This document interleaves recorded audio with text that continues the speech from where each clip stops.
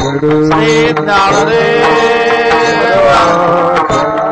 माऊली ज्ञानेश्वर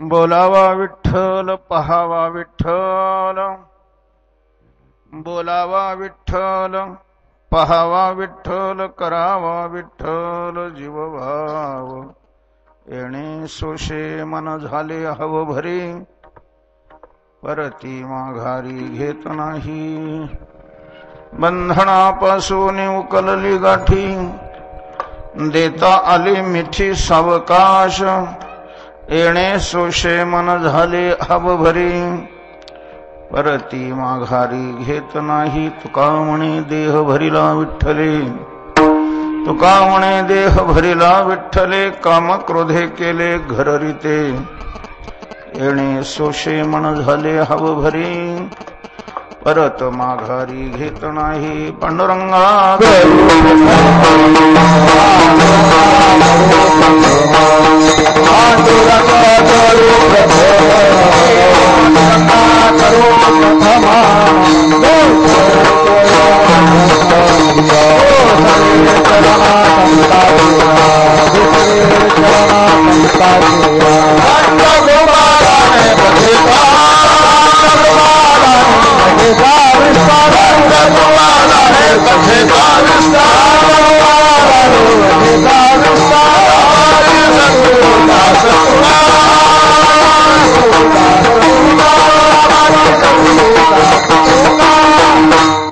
दयांचे केल्या स्मरण होय सकळ विद्यांचे अधिकरण तेचे वंदू श्री चरण श्री गुरूंचे नमो ज्ञानेश्वर नमो ज्ञानेश्वर निवृत्ती उदार सोपन देवा मस्तक हे पायावरे यावर करी संधान यावर करी संताचार्य यार करी संतान वार करी संताचा वार करी संताचा वार करी संताचा मस्तक हे पायावरी वार करी संताचा वार करी संताचा वार करी संताचा मस्तक हे पायावरी वार करी संताचा वार करी संताचा बोलावा विठ्ठल पहावा विठ्ठल करावा विठ्ठल जीवभाव येणे सोशे मन झाले हव भरे परती माघारी घेत नाही श्रीमंत श्री जगद्गुरु तुकोबाराय या अभंगातून आपल्या साधनेचा नकाशा स्पष्ट करतात विठ्ठल विठ्ठल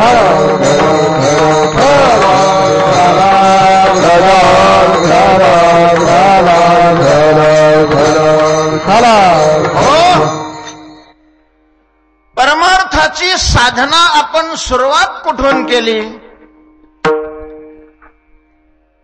कशा प्रकारची वळण घेत गेली मधले कुठले कुठले स्टाप लागले आणि परमार्थाचा शेवट कसा गाठला असं पारमार्थिक जीवनाचा अथपासून तो इतीपर्यंतचा पूर्ण अशा प्रकारचा नकाशा तुकोबाराने या अभंगामध्ये स्पष्ट केलेला अनोळखी ठिकाणी जायचं असेल अपरिचित ठिकाणी जायचं असेल तर नकाशा अतिशय काम करतो मार्गदर्शकच असतो तो. विठ्ठल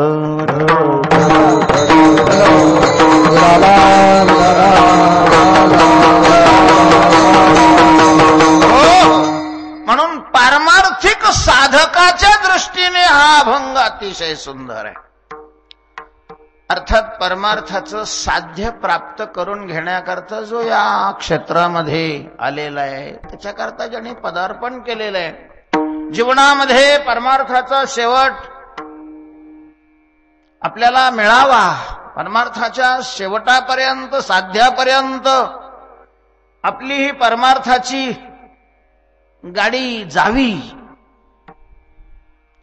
असं प्रामाणिकपणे ज्याला वाटतं त्याच्या दृष्टीनं हा अभंग निश्चितपणे विचारणीय आहे.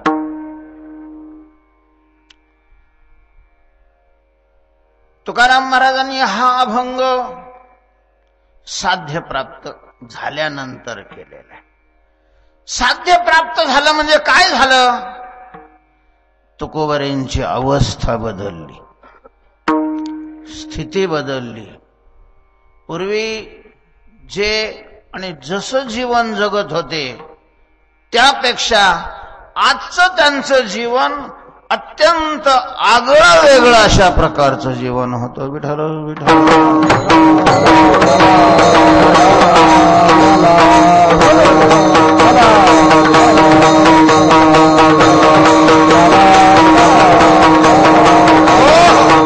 आजची त्यांची स्थिती होती अवघ्या आनंदाची सृष्टी झाली.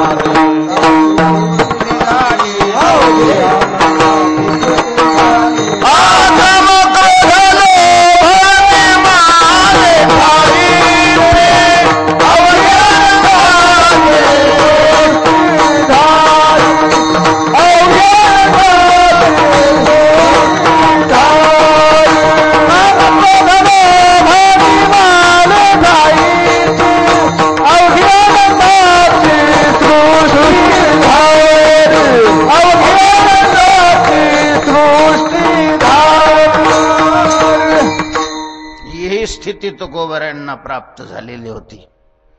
अंतःकरणामध्ये ठाण मांडून बसलेले जीवाचे वैरी असणारे आणि जोपर्यंत हे जिवंत आहेत तोपर्यंत त्या मानवाचं कल्याण होऊ न देणारे मुख्य अशा प्रकारचे जे 3 विकार आहेत, काम, क्रोध आणि लोभ, जोपर्यंत हे अंतःकरणात आहेत तोपर्यंत कल्याण झालेलं नसतं. भगवान सांगतात आजपर्यंत तरी माझ्या कानाने हे ऐकलं नाही की हे 3 जिवंत आहेत आणि त्याचं चांगलं झालेलं आहे. हे 3 जव जागती, हे 3 जव जागती तववरी निकेयाची प्राप्ती, माझे कान नाईकती देवही म्हणे. विठ्ठल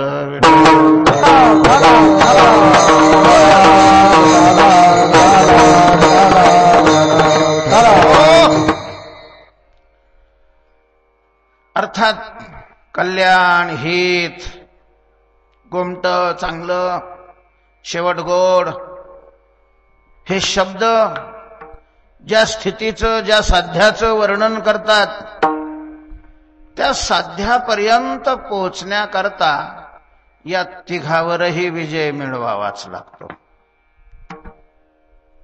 हे 3 नरकाचे दार आहेत. यांच्यावर विजय मिळवण्याकरता कृती असेल, पण जोपर्यंत हे 3 जिवंत आहे तोपर्यंत किती कीर्तनं केली, भजनं केली, पारायणं केली, वाऱ्या केल्या, तरी हे 3 जोपर्यंत आहेत तोपर्यंत तो साध्याला प्राप्त नाही होऊ शकत. यांच्यावर विजय मिळवावाच लागतो. गत्यंतर हे पुढे जाऊच देत नाहीत. त्रिविधम नरकस्येदम द्वारम नाशनमात्मनः काम क्रोधस्तथा लोभस्तस्मादेतत्रयं त्यजेत. तर तुकोबारांच्या जीवनातले हे संपले. काम क्रोध लोभ निमाले ठाईची जागेवर संपले. आनंदाचे सृष्टी झाले, अवघी आनंदाची सृष्टी झाली. झालं की प्रमाण आत्ताच झालं, आपण त्याच प्रमाणावर बोलतोय. विठ्ठल विठ्ठल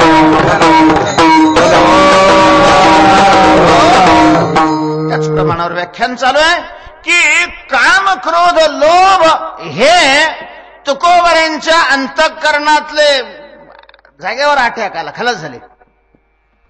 आणि हे संपल्यामुळं आपलं जीवन नाही, पूर्ण जगत नुसतं आनंदाचं झालेलं आहे. अवघी आनंदाची सृष्टी झाली. या स्थितीवर तुकोबाराय पोहोचले. ही साध्य प्राप्त नंतरची स्थिती आहे. तिला मुक्त स्थिती म्हणतात, सहज अवस्था म्हणतात. संत महात्म्याची ही स्थिती आहे, ब्राह्मी स्थिती आहे, विदेह स्थिती आहे, वेगवेगळी शास्त्रामध्ये नाव आहेत. ही अवस्था आपल्याला कशी प्राप्त झाली, या अवस्थेपर्यंत आपण येण्याकरता सुरुवात कशी केली, अभंगाच्या प्रथम चरणात सांग. बोलावा विठ्ठल पावा, बोलावा विठ्ठल पावा, बोलावा विठ्ठल पावा, बोलावा विठ्ठल पावा, बोलावा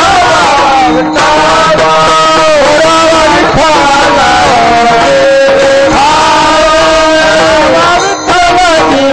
भावे, करावा जीवे भावे, जीवे भावे,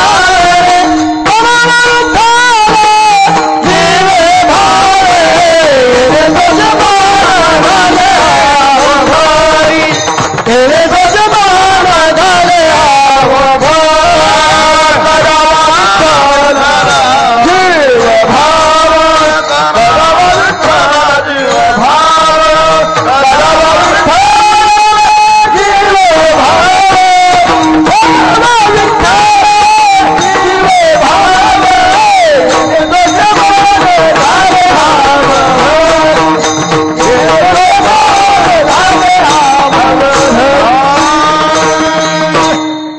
सुरुवात कुठून केली?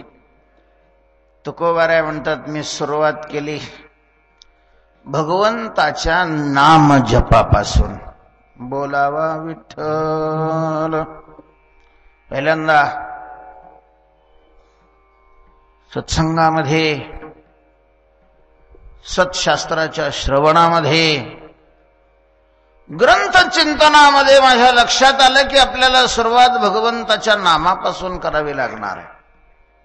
कलियुगामध्ये परमार्थाला सुरुवात भगवंताच्या नामापासूनच करावी लागते. तेव्हा विठ्ठलाचं नामस्मरण करावं असा माझ्या मनाला छंद लागला आणि मी नामस्मरण करू लागलो. बोलावा विठ्ठल विठ्ठल विठ्ठल विठ्ठल. तुकोबाऱ्यांचं चरित्र आपण पाहिलं तर तुकोबाऱ्यांनी भगवंताच्या नामचिंतनाचा आपल्या जीवनामध्ये एवढा अभ्यास केला, सहजासहजी नाही प्राप्त होत महाराज परमार्थातलं साध्य. तुका म्हणे, बळी देता ते निधान, भिकेसाठी कोण राज्य देतो. भीक मागून राज्य नाही प्राप्त होत. त्याच्याकरता जीवन तळहातावर घ्यावं लागतं आणि युद्ध करावं लागतं. परमार्थातही शेवटच्या साध्यापर्यंत हे लौकिकातला परमार्थ याला काही फार लागत नाही. कला झाली का मग झालं, सगळं झालं. कीर्तन करता येणं आणि मोठं बांधणं, दिंड्या काढणं, याच्यात याला काही फार अक्कल लागते असं काही नाहीये. याच्याकरता काही साधना करावी लागते किंवा लोकांनी मानणं, लोकांनी फोटो काढणं, घराने पूजा करणं, याचा परमार्थाचा तसा काहीच संबंध नाहीये.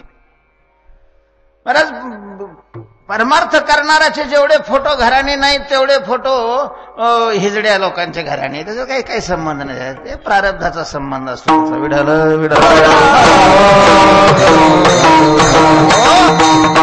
नटनटीचे जेवढे फोटो घराने तेवढे कीर्तनकाराचे फोटो आहे का? नाही. परमार्थाचं शेवट ज्याला म्हणतात की कारणासह दुःखाचा विनाश. आणि ब्राह्मी स्थिती, आनंदाची, नित्यानंदाची, परमानंदाची प्राप्ती, हे जे साध्य आहे, हे साध्य इतकं सहजासहजी मिळत नाही. देवाला सुद्धा म्हणावं लागलं बहुनाम जन्मना म्हणते. तुकाराम महाराज एका जन्मात तुकाराम महाराज झाले असं नाहीये. तुकोबारे म्हणतात बहुजन्मी केला लाभ तो हा भाग लाधलो. साधना करावी लागते, खडतर साधना करावी लागते, अखंड साधना करावी लागते. तेव्हा कुठं हे प्राप्त होतं. तुकोबाराने भगवंताच्या नामाचा अट्टहास केला. तुकोबाराने म्हटलेलंच आहे, याजसाठी केला होता अट्टहास, सहजासहजी नाहीये. पिकलं चांगलं केला सप्ताह तो भाग वेगळा. सप्ताह बरं आहे, एक सत्कर्म आहे, नामस्मरण घडतं, कथाकीर्तन घडतं, पुण्य होतं. पुण्य होणं वेगळं, सत्कर्म करणं वेगळं, आणि देवाच्या प्राप्तीचं साधन करणं वेगळं. विठ्ठल विठ्ठल.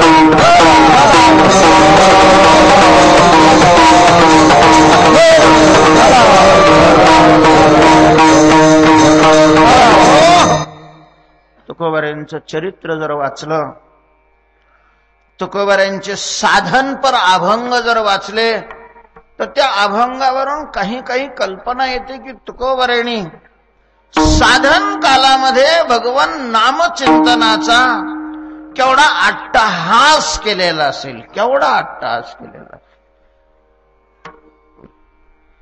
तुकोबाराय म्हणतात, मी पहिल्यांदा भगवंताच्या नामचिंतनापासून सुरुवात केली, नामजपापासून सुरुवात केली. तोंडाने विठ्ठल विठ्ठल विठ्ठल विठ्ठल विठ्ठल विठ्ठल अशा प्रकारचं म्हणायला. काय झालं, जिजाबाई ज्या चिडायच्या ना, कर्कशा नव्हत्या जिजाबाई, महान पतिव्रता होती माऊली. तुकोबारायांच्या जीवनामध्ये जिजाबाई नसत्या तर तुकोबाराय साधन करत असताना मेले असते, शरीर पडलं असतं त्यांचं. जिजाबाईचे उपकार आहेत की जिजाबाईने आपल्याला तुकोबाराय संत म्हणून दिले. जिजाबाईंचे उपकार आहेत. केवढी तुकोबारायांची सेवा केली. थोडासा चिडचिडा स्वभाव झाला होता, त्याचं कारण होतं तुकाराम महाराजांचे दोन्ही रूप त्यांनी पाहिले होते. ज्या वेळेला जिजामाऊलीचं तुकोबाराबरोबर लग्न झालं, जिजामाऊलीच्या अगोदर एक तुकोबारायांचं लग्न झालेलं होतं, रुक्मिणी नाव होतं. त्या माऊलीचं पण दम्याचा आजार असल्यामुळं तुकोबारायांचं हे दुसरं लग्न केलं. त्यावेळेला तुकोबारायांच्या सांसारिक स्थितीचा भरभराट होता. तुकाराम महाराजांचं किराणा दुकान, ठोक आणि किरकोळ दोन्ही प्रकारचं. आसपासच्या 10-20 गावातले दुकानदार तुकोबारायांच्याकडून माल घेऊन जायचे. दुकानाचा धंदा होता, सावकारकीचा धंदा होता, महाजनकीचा धंदा होता, आणि शेती होती. हे पैसे येण्याचे चारही प्रवाह एकटे तुकोबाराय सांभाळत होते. इतके उत्कृष्ट रीतीनं सांभाळत होते की लोकांनी आश्चर्याने तोंडात बोटा घालायची. बोलोबाला त्यांच्या वडिलाला तर असं कृतकृत्य झाल्यासारखं वाटायचं. लोक त्यांच्याजवळ येऊन सांगायचं, काय पोरगा आहे तुमचा, काय व्यवहार करतो, किती चोखीच्या प्रकारचा व्यवहार करतो. तुकाराम महाराजांचं हे रूपही जिजाबाईंनी पाहिलं होतं. पण तुकाराम महाराजांना संसार करण्याकरता देवाने पाठवलेलं नव्हतं. आणि मग वडील वारले, आई एकाच वर्षामध्ये मागं पुढे हे दोघं गेले, आणि आपत्तीचे सगळे मग पहाडच त्यांच्यावर कोसळले. दुष्काळ पडला,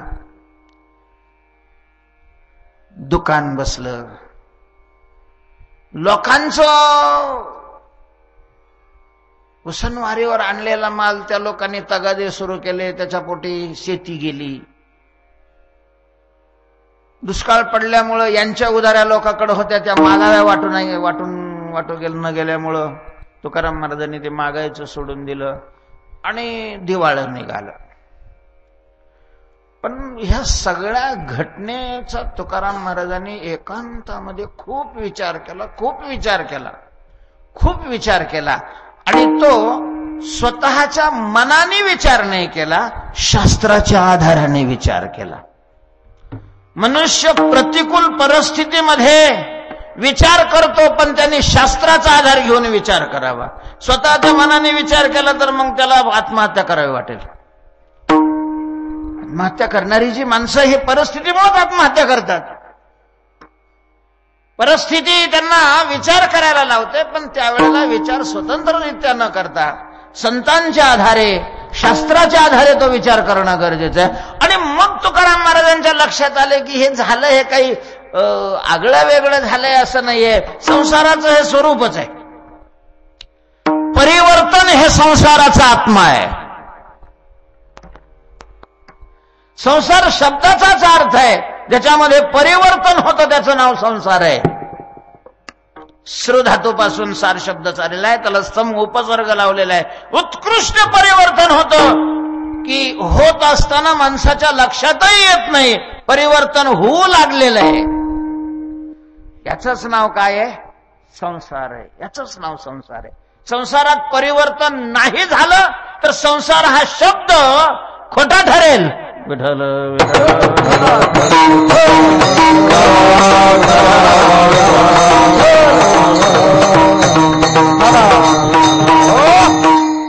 अधिक अंतर्मुक्त्यांची वृत्ती झाली.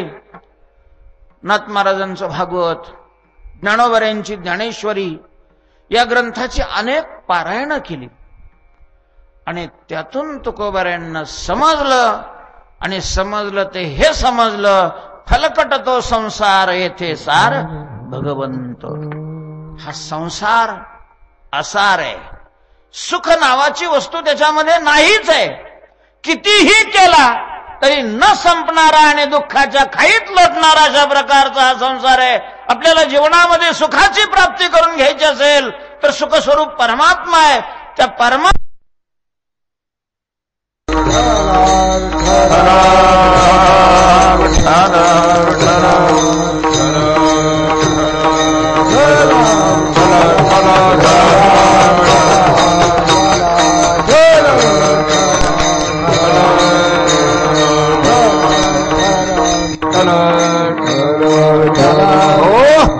येणे विना जीवा सुख नोये, जीवा सुख नोये, जीवा सुख नोये. आपुला तो एका देव करून घ्यावा, आपुला तो एका देव करून घ्यावा, आपुला तो एका देव करून घ्यावा, तो एका देव करून घ्यावा. देव विना जीवा सुख नोये, देव विना जीवा सुख नोये, देव विना जीवा सुख नोये.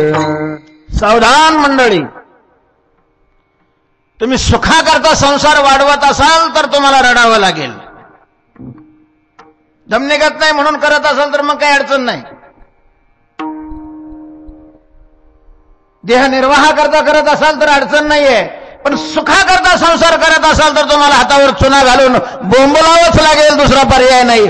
कारण सुख देवा वाचून दुसऱ्या ठिकाणी नाहीच आहे, नाहीच आहे. सुख वसे तुझे पायी, मज ठेवी तेची ठाई. करीशी देवावीन आस, करीशी देवावीन आस, करीशी देवावीन आस, करीशी देवावीन आस. अवघी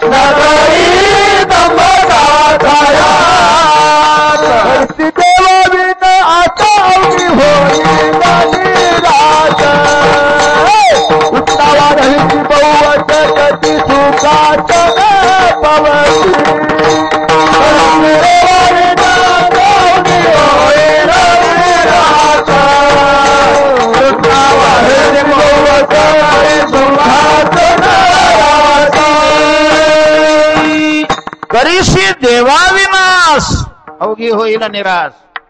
तृष्णा वाढविशी बहुवास कधी सुखास न पवसी. सुखाकरता हे करायचं नाही. ठीक आहे, बाकीच्या गोष्टी करता करायला काही अडचण नाही. तिथं सुखाचा संबंध नाही जोडायचा. सुख हवं असेल तर तिथं नाहीच आहे, ते नाहीच आहे. अरे संसारात सुख असतं तर सार्वभौम असणारे राजे सगळ्या राज्याचा त्याग करून वनामध्ये कशाला गेले असते? मदालसा सांगते 18 भार वनस्पती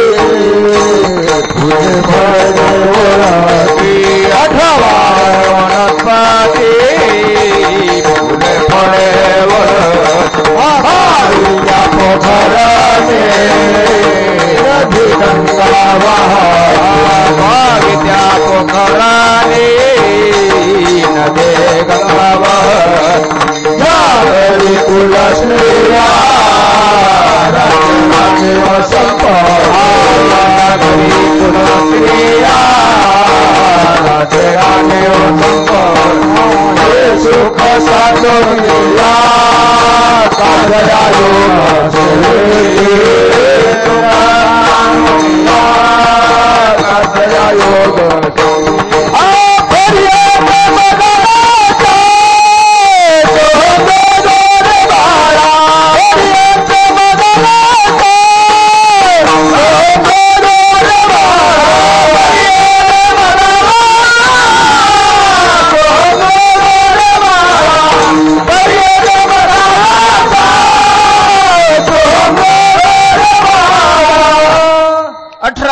वनस्पती फुली फळी ओळती 22 त्या पोखरणी नदी गंगा वाहती. ज्यांच्या राज्यामध्ये सूर्य मावळत नव्हता, अख्ख्या पृथ्वीवर ज्यांचं राज्य होतं, अशी राजे मंडळी सुद्धा सगळ्याचा त्याग करून वनात कशाला गेली असते? जर याच्यात सुख असतं तर. तुकाराम महाराज म्हणतात की मी हा विचार केला आणि ग्रंथाच्या आधारे माझ्या हे लक्षात आलं, सुखस्वरूप परमात्मा आहे. सुखरूप ऐसा दुजा कोण सांगा, माझ्या पांडुरंगा सारे खातो.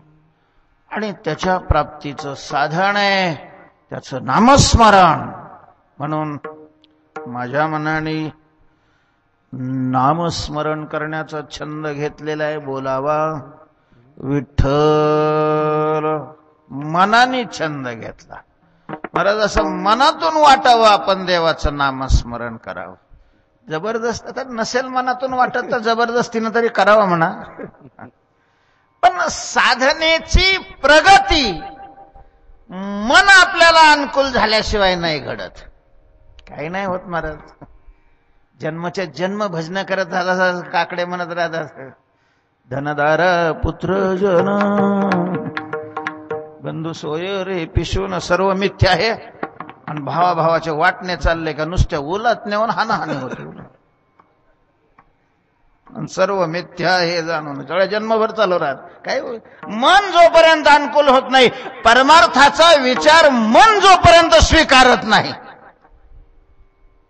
नाही उपयोग होत. कारण मुळात रोग कोणाला झालेला आहे? मनाला झालेला आहे. इंजेक्शन नुसते शरीराला देऊन काय उपयोग होतो? रोग झाला मसीला ना औषध पखालेला. आपली गती तशीच होती. पूर्वी ते पाणी घरोघर पखालीने पोहोचवायचे. ते एखाद्या कोळ्याच्या पखालेला तिला सर्दी झाली. ते सगळे नाक ते व्हायला लागलं. लोक पाणी घ्यायला गेले. त्याचे धंदा बसलं. तो डॉक्टरकडे गेला. डॉक्टर साहेब म्हणले म्हशीला सर्दी झालेली आहे. तो म्हणे मग काय हरकत नाही, कारण तो रोग सगळ्याच्याच म्हशीला झाला असल्यामुळं त्यांनी इंजेक्शन भरपूर आणून ठेवलेले होते. संध्याकाळची वेळ होती. म्हातारा होता.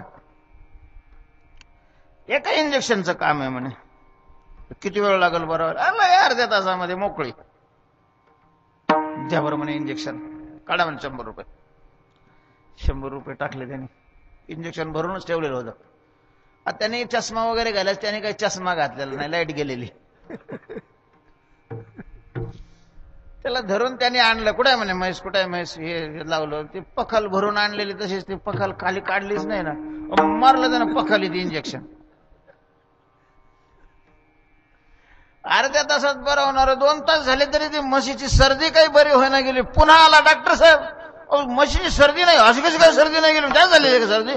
म्हणे जरा जास्त झालेली आहे. अजून एक देतो, दुसऱ्या बाजूनं देऊ.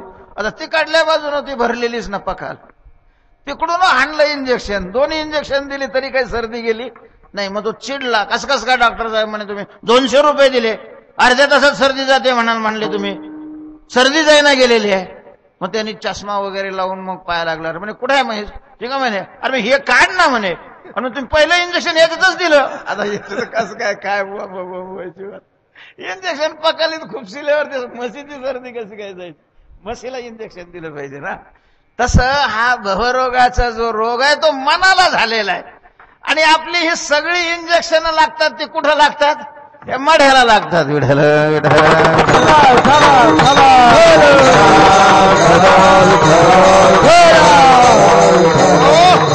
संतांचे विचार मनाने स्वीकारले तर फायदा होतो. संतांचे विचार जे आहेत ते आपण मनाने स्वीकारावे असा प्रयत्न केला पाहिजे.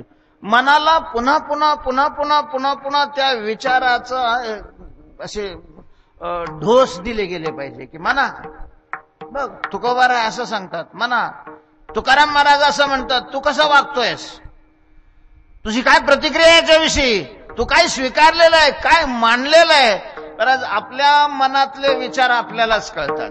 आणि म्हणून या मनाचं साक्षीदार आपणच झालं पाहिजे. क्षणोक्षणा सांभाळितो साक्षी होतो आपुला. तुकोबाराय म्हणतात, माझ्या मनाने हे मानलं, स्वीकारलं, आणि माझ्या मनाला विठ्ठल विठ्ठल विठ्ठल म्हणण्याचा छंद लागला. आणि महाराज मग तुकाराम महाराज नंतर दुकानात बसले. काही लोकांनी, सासऱ्यांनी, यांनी त्यांनी थोडेसे पैसे केले. तुकाराम महाराजांना माल भरून दिला. बसा म्हटले तुकाराम महाराज, होतच असतं हे. बसले तुकाराम महाराज, पण मग तोंडाने सतत विठ्ठल विठ्ठल चालू. विठ्ठल विठ्ठल म्हणायला लागले की वृत्ती एकाग्र व्हायची. मग ते धंद्याकडे कुठं लक्ष आहे? आणि मग धंद्याकडे लक्ष नसल्यावर मग लोक गैरफायदा नाही घेतील तर मग लोक कसले? म्हणून धंदावाला जरी टिळावाला असला आणि विठ्ठल विठ्ठल म्हणत असलं तरी त्याचं लक्ष विठ्ठलाकडे नसतंच. त्याला ते धंद्यातच लक्ष ठेवावं लागतं. तिकडच लक्ष दिल्यावर कसं? 2 गोष्टी जमतच नाही. मन दोन्ही कामं करूच शकत नाही. एक मन तुझ्या अवघ्या भांडवला वाटीत आते तुला येईल कैसे. एक तर मग त्याला संसाराचं काम द्या, नाही तर मग परमार्थाचं काम द्या. परमार्थाचं काम तू कर आणि संसाराचं काम तू कर म्हटलं की मग धड एक बी नाही करत. नाही तर मग एक व्यवस्थित करतं, मग बाकीचं आपलं असं चालू राहतं. चालू जसं आपलं परमार्थ चालू असतं तसं तुकाराम महाराज. त्याच्यामुळं मग ते संसारात पुन्हा घाट्यात यायला लागला, पुन्हा घाट्यात यायला लागला. आणि मग हे कशामुळं व्हायला लागलं तर विठ्ठल विठ्ठल म्हणण्यामुळं व्हायला लागलं. हे जिजाबाईच्या लक्षात आलं. आणि म्हणून मग जिजाबाई चिडायला लागल्या, तुकाराम महाराज तुम्ही हे विठ्ठल विठ्ठल काय म्हणता, काय चांगलं केलं या काळ्याने आपलं. तुकाराम महाराज हसायचे, कारण विठ्ठल विठ्ठल म्हणण्याचा काय फायदा होतो हे तुकाराम महाराजांच्या अनुभवात होतं. आता जिजाबाई विठ्ठल विठ्ठल कधी म्हणतच नव्हती, तर तिला काय माहिती आहे की विठ्ठल विठ्ठल म्हटल्यानंतर काय मिळतं ते.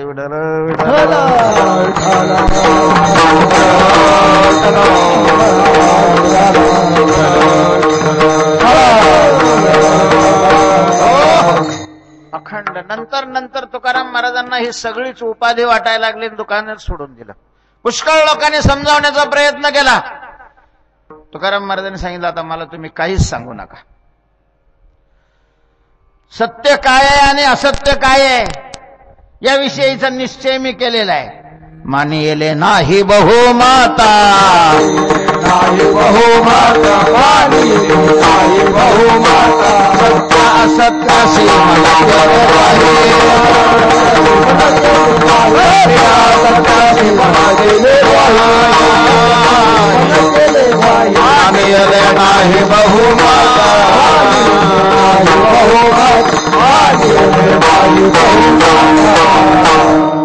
पुष्कळ लोकांनी सांगायचा प्रयत्न केला, तुकाराम महाराजांनी नाही ऐकलं कोणाचंच. बहुमता मानियले नाही, बहुमत होतं संसाराकडूनच बहुमत राहत, तुकाराम महाराजांनी नाही मानलं. आणि मग इतकं चिंतन महाराज, त्या चिंतनामध्ये लोकांचा व्यत्यय येऊ नये, अखंड चिंतन घडावं, अनन्य चिंतन घडावं म्हणून तुकाराम महाराज भल्या पहाटेच उठायचे. देवाची पूजा आटोपली रे आटोपली की विना आणि चिपळ्या घ्यायच्या आणि सरळ डोंगर गाठायचा. जसा ठेवणांतरा जातो सांडोनिया घरा विढल विढल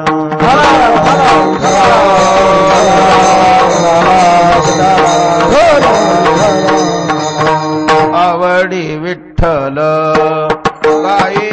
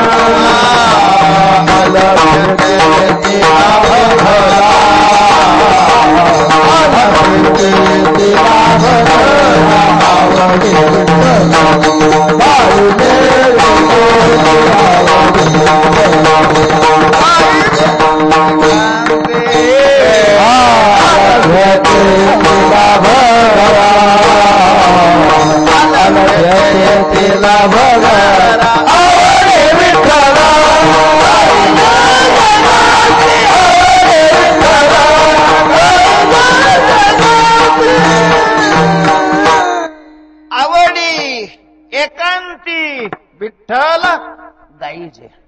महाराज अत्यंत प्रेमाने आणि एकांतामध्ये विठ्ठलाला ते गाऊ लागले. विठ्ठल विठ्ठल विठ्ठल विठ्ठल विठ्ठल विठ्ठल विठ्ठल विठ्ठल.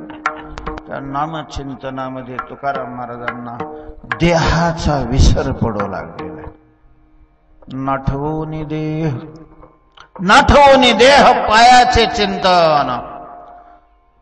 एक क्षण सुद्धा विठ्ठल न म्हणताना गेला की तुकाराम महाराजांचा प्राण कसावीस होऊ लागलेला.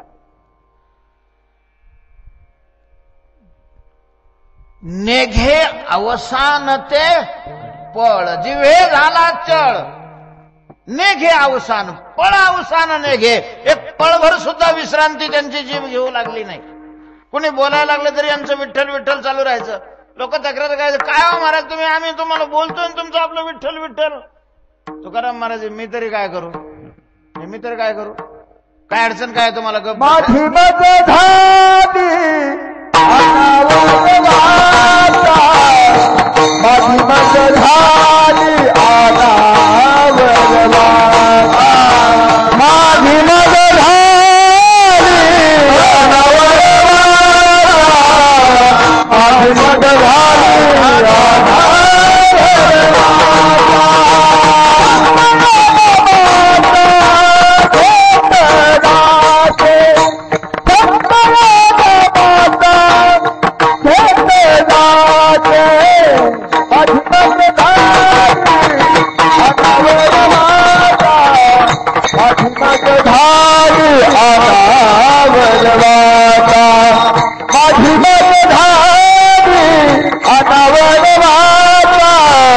माझी मज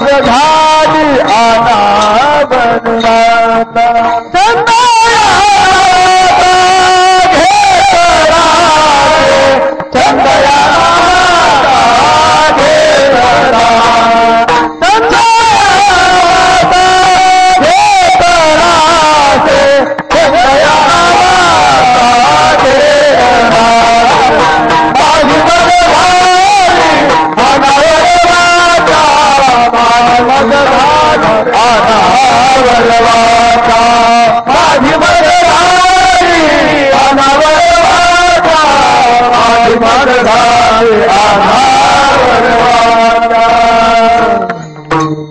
तुकोबाराय म्हणतात मी तरी काय करू. काय करू म्हणजे बसा ना, शांत बसा ना, ऐका ना.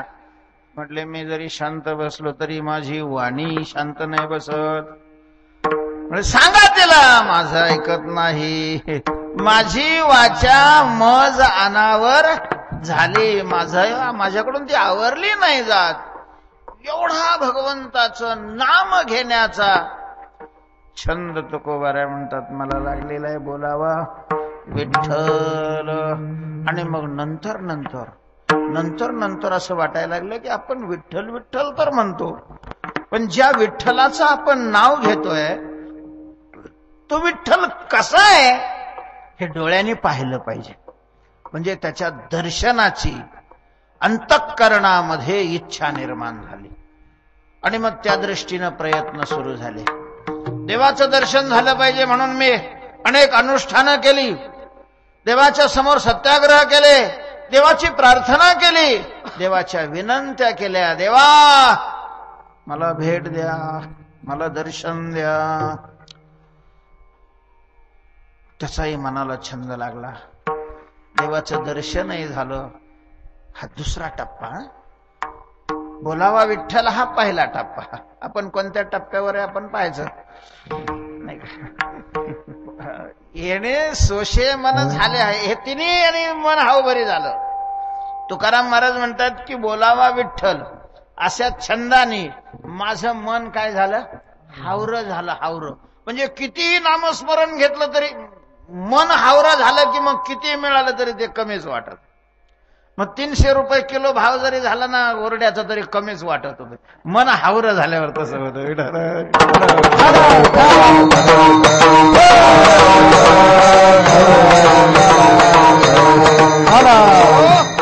आमचं मनही हावरं आहे पण संसाराकरता हावरं आहे. तुकोबारायांचं मन देवाचं नामस्मरण करण्याकरता काय झालेलं आहे, हावरं झालेलं आहे. आणि मग ते किती झालं तरी करावं करावं करावं, नंतर पाहावं अशा प्रकारचं वाटायला लागलं. आणि पाहिल्यानंतर सगुण दर्शन झाल्यानंतर मग जीव भाव विठ्ठल करावा.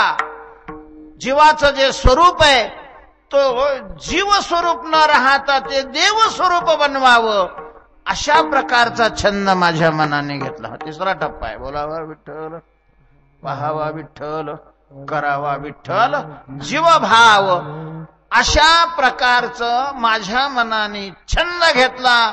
माझं मन त्याच्याकरता हावरं झालेलं आहे आणि सारखं तिकडं पळू लागलेलं आहे. दुसऱ्या चरणात समजा येणे सोचे माना झाले हाव भरी, येणे सोचे माना झाले हाव भरी,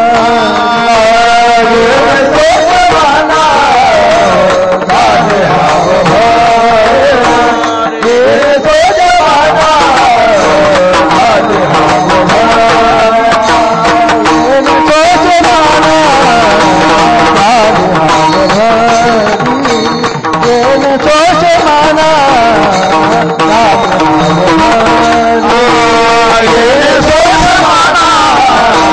झाले हाव भरी, येणे सोचे माना झाले हाव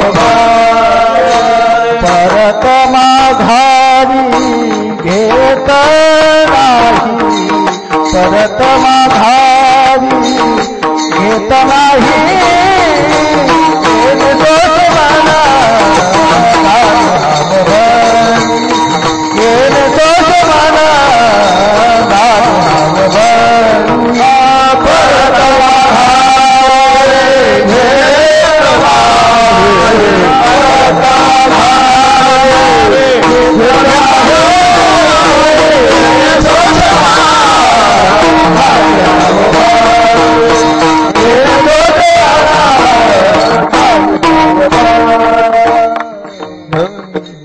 येणे सोशे मन झाले हवभरी, मन येणे सोशे हवभरी झाले. तुकोबाराय म्हणतात की माझं मन या छंदाने हावरं बनलेलं आहे. कोणत्या छंदाने? जीवभाव विठ्ठल करावा. जीवभाव विठ्ठल करण्याकरता बोलावा विठ्ठल आणि पहावा विठ्ठल. म्हणजे विठ्ठल बोलत असताना मनामध्ये विठ्ठलाला पाहावं. विठ्ठलाला पाहत पाहत मुखाने विठ्ठलाच्या नामाचं आवर्तन करावं. याला चिंतन म्हणतात. नुसतं आपण विठ्ठल विठ्ठल म्हटलं, त्याच्यामध्ये मन सामील नसलं तर तो जप झाला. आणि ज्या वेळेला विठ्ठल विठ्ठल म्हणत असताना आपलं मन विठ्ठलाच्या रूपाचं दर्शन करत राहील, त्यावेळेला त्याला चिंतन म्हणतात. चिंतन. तर देवाच्या चिंतनाचा खूप मोठा फायदा आहे, लाभ आहे. भगवंताच्या चिंतनाने प्राप्त होत नाही असं जगात कुठलंच साध्य नाहीये. तुकोबारायांनी प्रश्न विचारलेला आहे. काय नव्हे केले एका चिंतेचा विठ्ठले, एका चिंतेचा विठ्ठले, एका चिंतेचा विठ्ठले. काय नव्हे केले एका चिंतेचा विठ्ठले, एका चिंतेचा विठ्ठले, एका चिंतेचा विठ्ठले. काय नव्हे केले एका चिंतिता विठ्ठले. एका विठ्ठले चिंतिता काय केले नव्हे. एका विठ्ठलाचं जर चिंतन केलं तर जगात असं कोणतं साधन आहे की जे साधन केल्यासारखं होत नाही. याचा अर्थ असा आहे की विठ्ठलाचं चिंतन केलं तर यज्ञ करण्याचं पुण्य लागतं. विठ्ठलाचं चिंतन केलं तर तपश्चर्येचं फल मिळतं. विठ्ठलाचं चिंतन केलं तर तीर्थयात्रेचं फल मिळतं. विठ्ठलाचं चिंतन केलं तर ज्ञानाचं सगळ्याची फलं मिळतात. कारण चिंतन हे सगळ्या साधनाचं सार आहे. सार. सर्व साधनाचे सार. भव सिंधू उतरी पार. आणि या चिंतनाचा वेध, चिंतनाचा छंद, चिंतनाकरता माझं मन हवभरी जे झालं, त्या मनाने पुन्हा माग कधी पाहिलंच नाही, परती माघारी घेत नाही.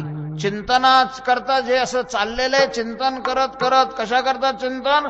जीवभाव विठ्ठल करण्याकरता चिंतन करू लागलेलं आहे. अतिशय महत्वाचं साधन आहे चिंतन. भगवंताच्या नामाचं चिंतन जीवनामध्ये ज्याला सुख कमवायचंय, जीवनातलं दुःख ज्याला कारणासह नष्ट करायचंय, त्याने भगवंताच्या चिंतन रूपी साधनाची कास धरावी. विठ्ठल विठ्ठल.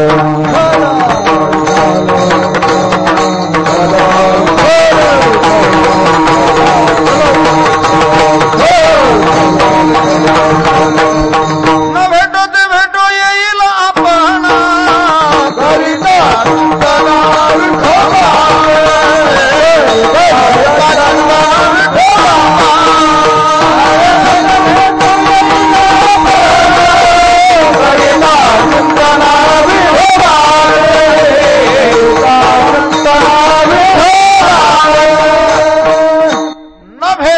भेटो येईल आपण. विठ्ठलाचं जर चिंतन आपण केलं, महाराज तुकाराम महाराजांनी दुसरं काहीच साधन केलं नाही विठ्ठलाच्या चिंतनाशिवाय. एक गावे आम्ही विठोबाचे नाम. आणि या चिंतनाने काय मिळालं नाही त्यांना? कुंडलिनी जागृत झाली त्यांची.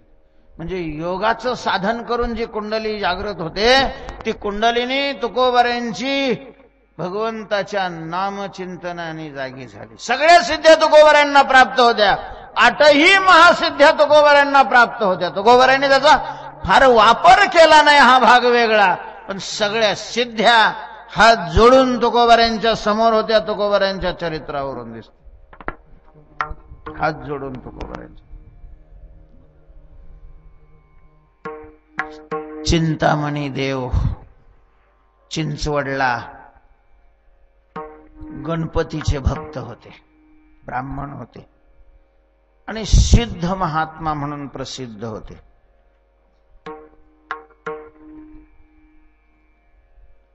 महाराष्ट्रातून लोक त्यांच्याकडे दर्शनाला वगैरे यायचे. तुकाराम महाराज एके दिवशी दर्शनाला गेलेले आहेत. म्हणजे तुकाराम महाराजांना सिद्ध्या कशा प्राप्त होत्या याच्याकरता दृष्टांत सांगतो. सकाळी सकाळी गेले, विचारलं देव कुठे आहेत. देव मानस पूजा करत बसलेले होते, डोळे लावून आत खोलीमध्ये. तुकाराम महाराज बाहेर वरश्रीवर बसलेले आहेत, देवाची पूजा आटोपण्याची वाट पाहत. देव पूजा आटपून बाहेर आल्याबरोबर तुकोबारायांना पाहिलं. तुकोबारायांनी दर्शन केलं. कोण आपण?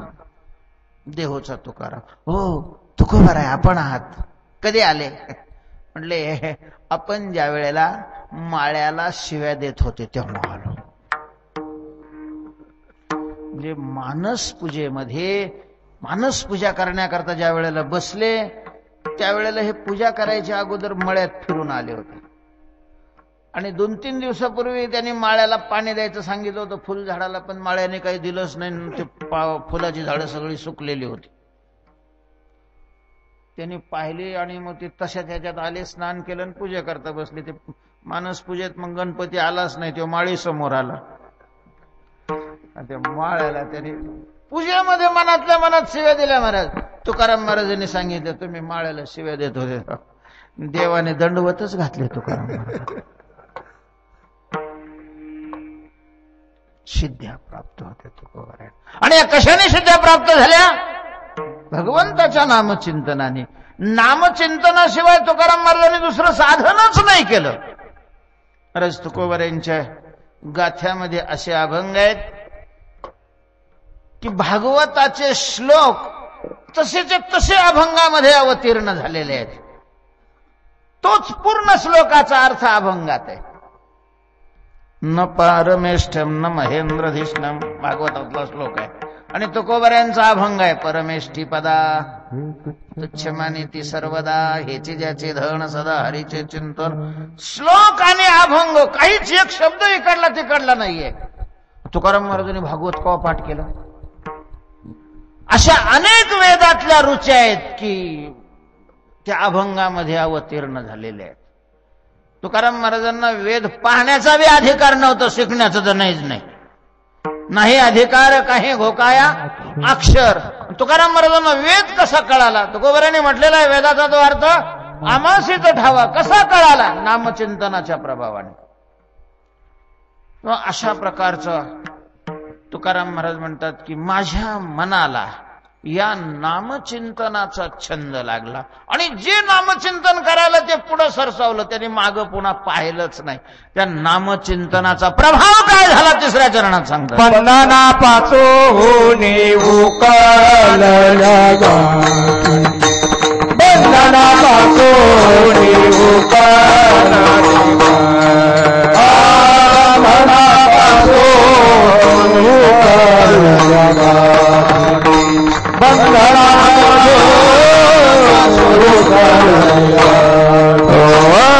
बंधना पासून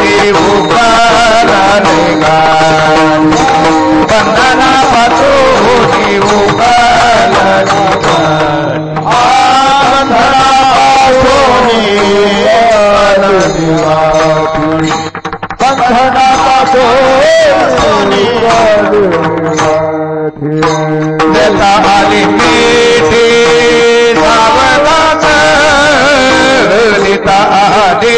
मिठी सावकात इने सोच मान धागे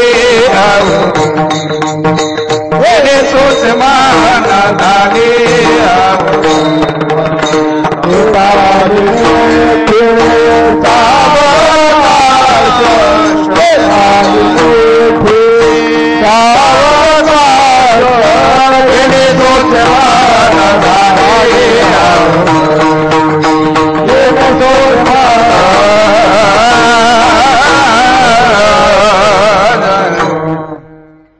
बंधनापासून उकलली गाठी भिद्यते हृदय ग्रंथी छिद्यन्ते सर्व संशया क्षीयन्ते चास्य कर्माणि तस्मिन् दृष्टे परावरे. भगवत साक्षात्कार झाल्यानंतर काय होतं हे सांगत असताना शास्त्रामध्ये सांगितलेलं आहे भिद्यते हृदय ग्रंथी. हृदय ग्रंथी भिद्यते. हृदय ग्रंथीचा भेद होतो. हृदय ग्रंथी हा संस्कृत शब्द आहे. तुकाराम महाराजांनी मराठीमध्ये सरळ सरळ त्याला म्हटलेलं आहे बंधनाची गाठ. ग्रंथी म्हणजे गाठ. हृदय ग्रंथी म्हणजे बंधनाची गाठ, बंधन स्वरूप असणारी गाठ. विठ्ठल विठ्ठल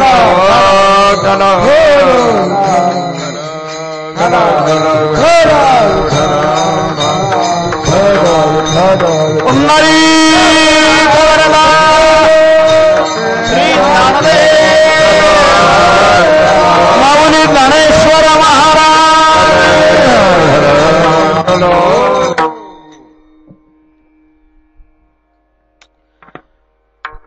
बंधन स्वरूप असणारी गाठ. बांधलेलं चैतन्य त्याला जीव म्हणतात. बद्ध जे चैतन्य त्याला जीव अशा प्रकार. जीव हा बद्ध असतो. बद्ध म्हणजेच बांधलेला. कोणी बांधलेला आहे? कर्माने बांधलेला आहे, मोहाने बांधलेला आहे, विकाराने बांधलेला आहे, इंद्रियाने बांधलेला आहे, अज्ञानाने बांधलेला आहे. का बांधला? कधी बांधला? कसा बांधला? अध्यात्मामध्ये हे प्रश्न सतत विचारले जातात. थोडंसं आपण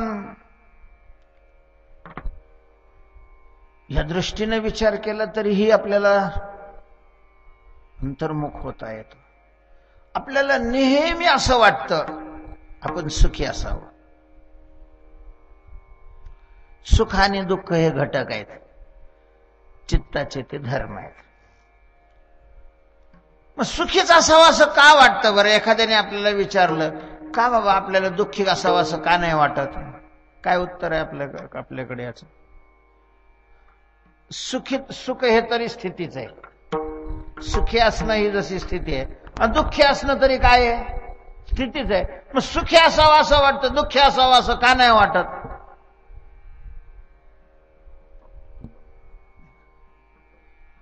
का नाही वाटत तसं? त्याचं उत्तर नाही आपल्याला सांगता येणार. आपल्याला सुखी असावं वाटतं एवढं सांगता येईल आपल्याला. सुखीच असावं असं का वाटतं हे नाही सांगता येणार. तर त्याचं कारण आहे की आपलं मूळ स्वरूप सुख आहे. आपलं जे वास्तव स्वरूप आहे, आपलं जे मूळ स्वरूप आहे ते काय आहे? सुख आहे. आणि मग जी वस्तू मुळात जशी असते नेहमी तशी होण्याकडे तिची धाव असते. जीवाचं मूळ स्वरूप सुख आहे. आपल्याला मरू नाही वाटतं. का नाही मरू वाटत? तर त्याचं कारण आहे मूळ स्वरूप आपलं अमर आहे. आपल्याला स्वतंत्र असावं असं वाटतं, कोणाच्याही ताब्यात नसावं वाटतं. त्याचं कारण मूळ स्वरूप आपलं स्वतंत्र आहे. सतत मोठं असावं वाटतं, त्याचं कारण आपलं मूळ स्वरूप मोठं आहे. विठ्ठल विठ्ठल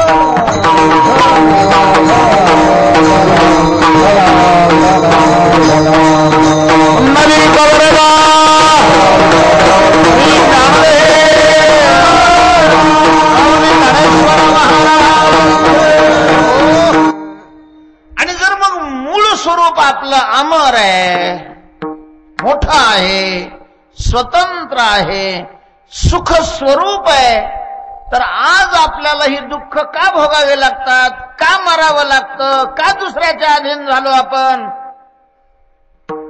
का छोटा झालो, लघु झालो?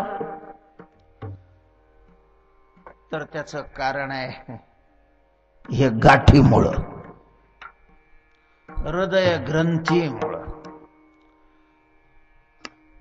गाठ शब्दाचा अर्थ, गाठ दोन वेगवेगळे दावे एक ज्याच्यामुळे होतात त्याचं नाव काय आहे?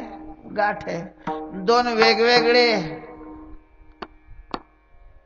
ते एक ज्याच्यामुळे होतात त्याचं नाव काय आहे? जन्माची गाठ. ती उपरण्याची नसते, उपरण्याचं प्रतीक असतं. आणि मुळात ती गाठ कशाची असते? जन्माची असते. दोन वेगवेगळे आडनावाचे असतात अगोदर, पण नंतर ज्या वेळेला गाठ होते त्यावेळेला आडनाव आहे दोघांचं एकच होतं. खरं तर ते एक होतात. तेव्हा दोन्हीचं एकीकरण ज्याच्यामुळं होतं त्याचं नाव काय आहे? गाठ आहे. तसं आत्मा आणि अनात्मा, जड आणि चेतन हे दोन भिन्न भिन्न असताना सुद्धा ज्याच्यामुळं एक झाले ती ही गाठ आहे, त्याला हृदय ग्रंथी म्हणतात. शास्त्रामध्ये त्याला अन्योन्याध्यास म्हटलेले. अन्योन्याध्यास, एकाचा स्वरूपाध्यास आहे, दुसऱ्याचा संसर्गाध्यास. तुकाराम महाराजांनी त्यालाच गाठ म्हटलेलं आहे. म्हणजे देह आणि देहात राहणारं चैतन्य. देह जड आहे, देहात राहणारा आत्मा हा चेतन आहे. देह विनाशी आहे, आत्मा अविनाशी आहे. देह परिच्छिन्न आहे, आत्मा व्यापक आहे. असं त्याच्यामध्ये अत्यंत विरुद्ध धर्म असताना सुद्धा देह आणि आत्मा यांची जी गाठ झालेली आहे हीच बंधन स्वरूप गाठ आहे. म्हणून जोपर्यंत देह मी या भावनेवर, या मनोवृत्तीवर आपण जीवन जगू, तोपर्यंत आपण कधी मोठे होणार नाही, कधी सुखी होणार नाही आणि कधी अमर होणार नाही. विठ्ठल विठ्ठल.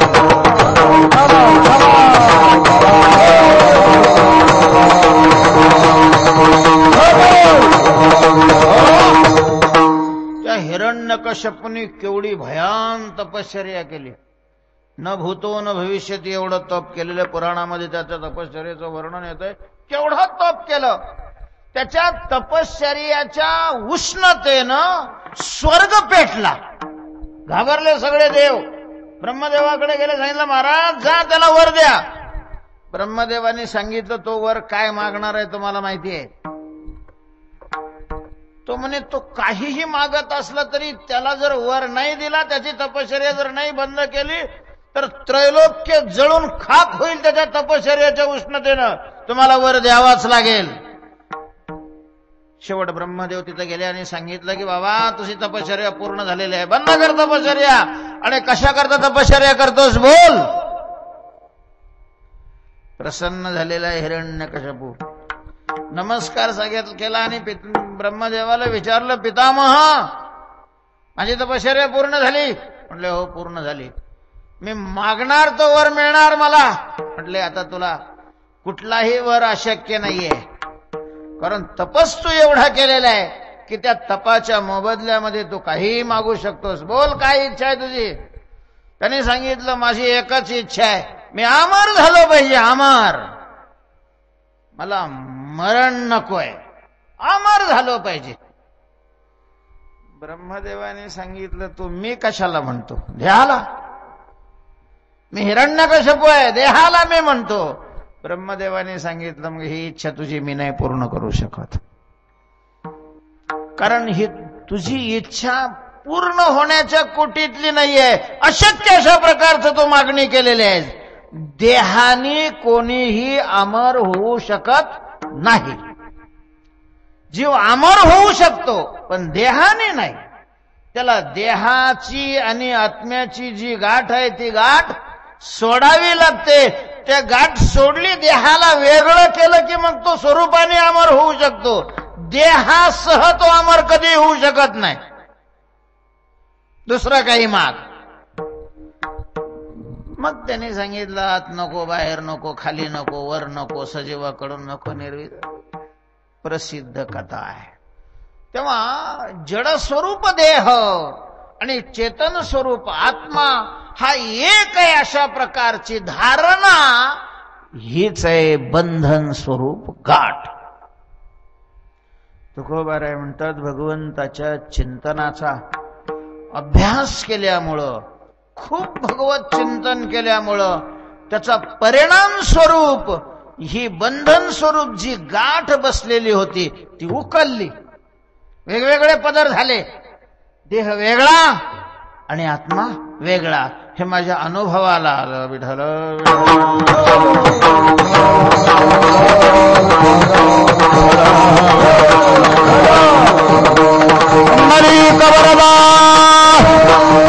श्री ज्ञानदेव माऊली ज्ञानेश्वर महाराज.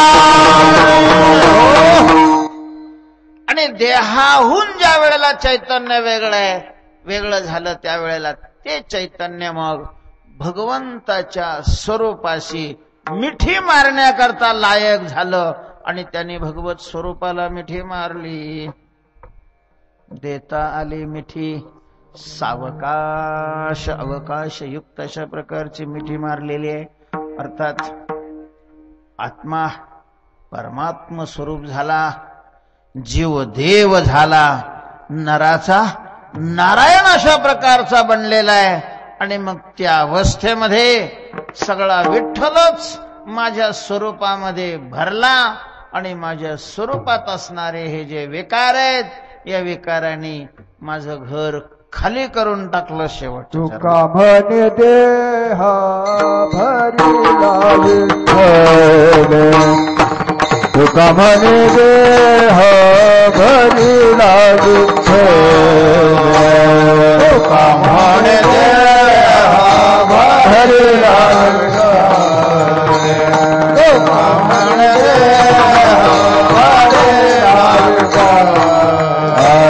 राम क्रोध केले हरारीते काम क्रोध केले हरारीते सोच माना झाले भाव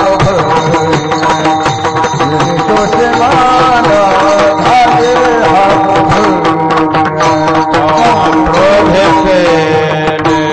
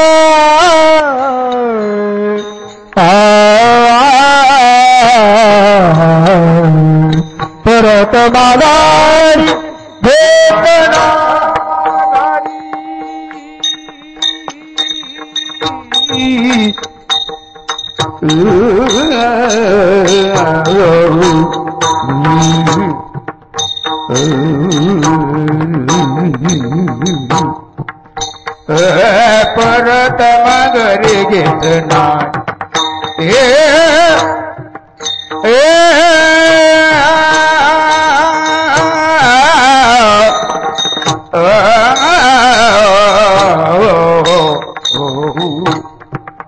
परत माघारी घेत नाही परत माघारी घेत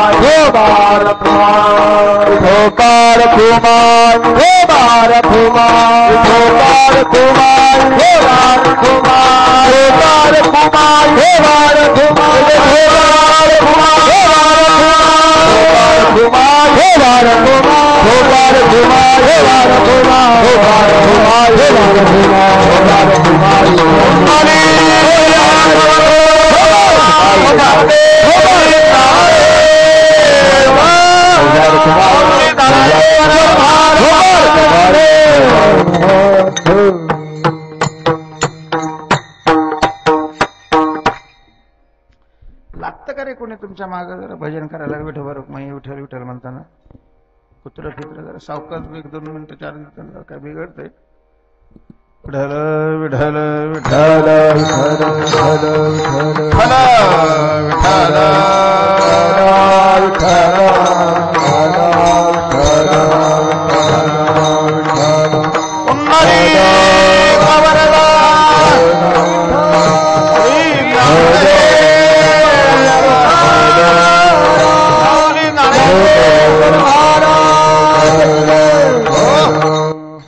तुका म्हणे देह भरिला विठ्ठले कामक्रोधे केले. ज्या वेळेला मी देहाला सोडून मूळ स्वरूपाने त्या परमात्म्याला मिठी मारली त्यावेळेला तो माझ्यात भरून गेला. मी त्याच्यामध्ये विलीन झालो, एक रूप झालो आणि अशी स्थिती आली. त्यावेळेला सूक्ष्म असणारे जे काम क्रोध ते सुद्धा निघून गेले आणि अवघी आनंदाची सृष्टी झाली. या अवस्थेवर मी आलो. अशा प्रकारे आपला साधनक्रम तुकोबराने सांगत असताना नामस्मरण ही पहिली पायरी आहे, नामचिंतन ही दुसरी पायरी आहे, परब्रह्म स्वरूप आपण व्हावं अशा प्रकारची इच्छा ही तिसरी पायरी आहे. आणि अशा नामचिंतनाचा मनाला छंद लागून मन त्याच्याकरता हवर होऊन ही साधना घडत राहणं ही मधली अशा प्रकारची ते आहे. आणि नामचिंतनाची साधना ज्या वेळेला खूप परिपक्व होते त्यावेळेला ही चिदचिद ग्रंथी ज्याला हृदय ग्रंथी अशा प्रकारची म्हणतात ती सुटली. ती सुटल्यानंतर मूळ स्वरूपाने परमात्म्याला आलिंगन दिलं आणि परमात्म्याला आलिंगन दिलं. मी ब्रह्मरूप आहे, मी ब्रह्म आहे अशा प्रकारचा बोध माझ्या चित्तामध्ये प्रगट झाला. आणि त्याची दुसरी पायरी सगळं जगत परमात्मा आहे ही स्थिती प्राप्त झाली. ही शेवटची अशा प्रकारची स्थिती आहे. तर असं नामचिंतनाने या अवस्थेपर्यंत मला आणून पोहोचवलेलं आहे. तेव्हा येणे सोशे म्हण झाले हव भरी परती माघारी घेत नाही ज्ञानेश्वर तुकाराम